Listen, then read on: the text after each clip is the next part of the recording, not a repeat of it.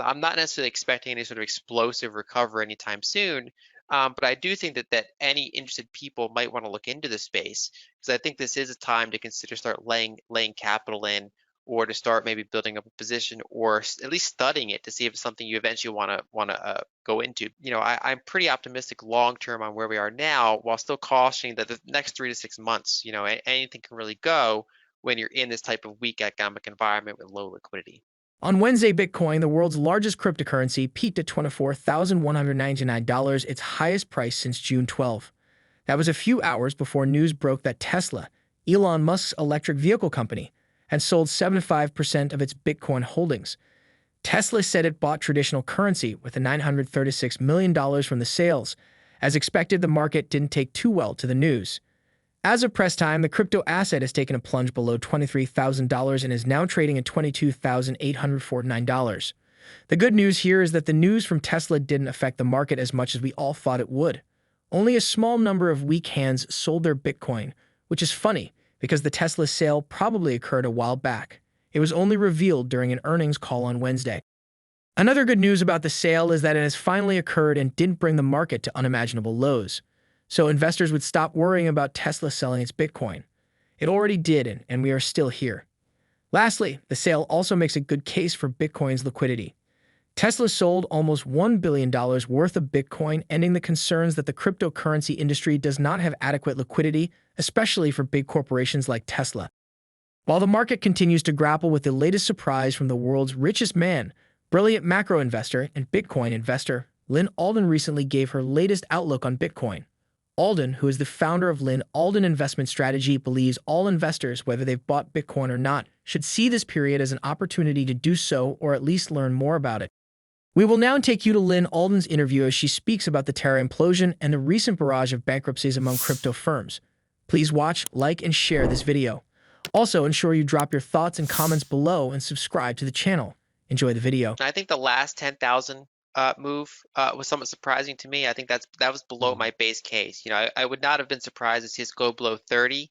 I think going below 20 what was a deeper capitulation than I would have guessed several months ago. For people who've been following my work, generally, Bitcoin and cryptos do well in rising PMI environments. So Purchasing Managers Index, economic acceleration, they usually do well in that kind of environment. And then they usually do poorly or sideways in declining PMI environments, economic contraction type of environments. And those are generally these like 3-year cycles that the global economy goes through, US economy, global economy. And so I had been getting cautious in the tactical sense about the fact that we were going through a declining PMI environment, and then therefore that can put a lot of pressures on Bitcoin, despite the fact that I would say still structurally long-term bullish on it, but then being aware of that kind of downside. And then in particular when Luna started buying Bitcoin, so Luna Foundation Guard, I started to kind of write about a potential scenario where they totally implode and they end up having to sell their Bitcoin into a weak market capitulation. And that's unfortunately what we saw in May. Now, the deeper leg that I didn't necessarily expect was the implosion of 3 Arrows Capital. So basically, there's more contagion in the space. There's really kind of a follow-on. It was kind of the second part of that Luna collapse, right? So for example, there's a proprietary trading company, 3 Arrows Capital, that they had over 10 billion in capital at their peak, and they were heavily impaired by the Luna implosion. They also had leverage out from multiple different shops. It's pretty opaque leverage, and they use Bitcoin as collateral mostly to trade altcoins. And so they're not like making leverage bets on Bitcoin, but they're using Bitcoin as collateral to go out and buy other things. And they basically just ran into massive issues and got liquidated. And so there's all this kind of forced selling of Bitcoin, total capitulation in cryptos. A number of companies went bankrupt or near bankrupt, had all sorts of liquidity crises. You have a lot of entities that are busy forced selling. And so this is the one, Luna was something that I wrote about and expected and cautioned about, where something more opaque like 3 Arrows Capital is kind of the second leg to that. It's just that one's harder to predict. And so I think the environment we're in now is that we've had a pretty deep capitulation. It's always hard to say if you're at the ultimate bottom or not, but this does look a lot like the late 2018 capitulation where Bitcoin, for a while, Bitcoin was kind of stabilizing around 6,000, and then it just out of nowhere got cut in half, all down to almost 3,000 when you had the Fed tightening and you had, problems in credit markets and you had this kind of contagion. And so I think that we've gone through a similar capitulation now where Bitcoin looked like it was trying to bottom around 30,000. It was kind of that level environment, and then out of nowhere it got just completely capitulated down to sub 20,000. So by most metrics, it's in a pretty deep value zone, right? So it's below the average on-chain cost basis. It touched below the 200-week moving average, which it almost never does. Basically, we've had a lot of forced selling. I mean, generally, you want to be a buyer during forced selling and a trimmer when everyone's euphoric. So I think that if I were to look back 3 to 5 years from now, I would not be surprised. I'd be mostly confident this is probably going to look at a pretty significant buying opportunity in Bitcoin. But I do think that people have to be aware that it might not be over. There could be more pain ahead. I think the macro situation is still kind of going to be struggling for a number of months here. And so I'm not necessarily expecting any sort of explosive recovery anytime soon. But I do think that any interested people might want to look into this space, because I think this is a time to consider start laying capital in, or to start maybe building up a position, or at least studying it to see if it's something you eventually want to go into. Because I first bought Bitcoin during it was April 2020, so we were just coming out of Yes. that whole COVID crash, and that was the last time, that was the fourth time ever that Bitcoin was below its on-chain cost basis, Yes.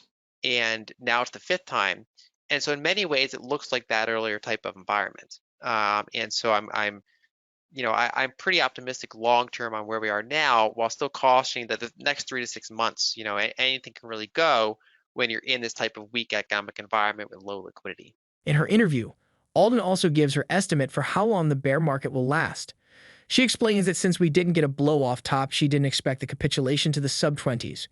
When Alden considers the current market conditions and the general macro environment, she does not see Bitcoin improving much within the next 6 to 8 months. Regardless, the macro investor says she's buying more Bitcoin and working to convince others to do the same. Let's get back to the interview. Bitcoin had less of a blow-off top in this cycle. Most of the blow-off top was in other things like Dogecoin, or some of these like either meme coins or some of the smart contract platforms. Bitcoin itself had more of a rolling top, so I was kind of, as a base case, maybe expecting it not to capitulate as much as it did in some of its prior cycles. That was before the whole 3 hours capital implosion. It was kind of the second leg of that divestiture. So basically, given how low sentiment was, and given what was happening with inflation in a number of markets, I was kind of expecting that upper 20s position might hold. I was, the way I was analyzing it for my client was saying that I think this is a reasonable value zone. It's not a deep value zone. It's not a capitulation. And I kind of kept looking back at that 2018 chart and being like, this, you could have a pretty violent. So I wasn't ruling out this kind of final capitulation type of phase, but wasn't necessarily expecting it either. But now that we've gotten it, I am kind of more confident than I was a number of months ago about kind of, recommending, that people at least consider looking into layering in or researching the protocol just to see if it's something that they're interested in. Basically, I think that now we have a pretty severe washout in terms of liquidated leverage, forced sellers. This is the time where I don't mind, picking some up and kind of being on the other side of that trade. So I think the next, like, say, 0 to 12 months is still very difficult to call, because I think we're currently still in an economic decelerating environment. Now, historically, Bitcoin tends to bottom before PMI bottoms, right? So this might have been roughly the bottom, and then you still have economic deceleration, because basically what you start to do is then you price in more dovish central bank policy, more liquidity, things like that. So basically, the price bottom in such a volatile asset can precede the bottom of the actual economic situation. Doesn't mean it always has to work like that, but it's something to keep in mind. So I think the next 0 to 6 to 12 months is still very uncertain. Where you could chop along, you could rise moderately, you could maybe see a lower low, but maybe not as explosive as we've already seen. And then I think that when you have a rising PMI environment, looking out, say in the next 6 to 24 months or 6 to 36 months, I think that's where I'd be more structurally bullish. So my highest conviction view is in that kind of multi-year time frame. But I think now is kind of a more interesting phase for watching it, maybe accumulating, while still being cautious and not being shocked if we do see, sideways Yeah. action or some maybe lower lows. A little more details on the Tesla Bitcoin sale. According to Tesla CFO Zachary Kirkhorn, the company sold 75% of its Bitcoin holdings for a realized gain. This means they sold at a higher price than what they originally paid for the coins. However, Tesla also revealed that the other 25% it still owns is now worth much less than what it paid for it. Whatever they gained during the sale does not cover the decline in price for the rest of the coins. Kirkhorn said that the net result was a $106 million cost to Tesla's bottom line. Elon Musk has also revealed that the company is open to getting more Bitcoin later on when the market improves. The billionaire investor said the decision to sell its Bitcoin was not due to the decline in the cryptocurrency market but because of China's strict COVID lockdowns. The sale should not be taken as some verdict on Bitcoin. It's just that we were concerned about the overall liquidity of the company given shutdowns in China, Musk revealed on Wednesday. Due to Shanghai's 2-month COVID lockdown, workers in Tesla's Shanghai Gigafactory were told to stay home, and the factory was briefly closed. Even when workers were forced to resume and live on site, the carmaker still struggled with both part shortages and shipping disruptions. Earlier this month, the company reported its first ever decline in quarterly vehicle sales. It also attributed the decline in sales to the situation in Shanghai. Interestingly, Musk has also revealed that Tesla owns Dogecoin. The billionaire has always been vocal about his support for the popular meme coin, but for the first time, he revealed on Wednesday that Tesla has Dogecoin and that none of it has been sold.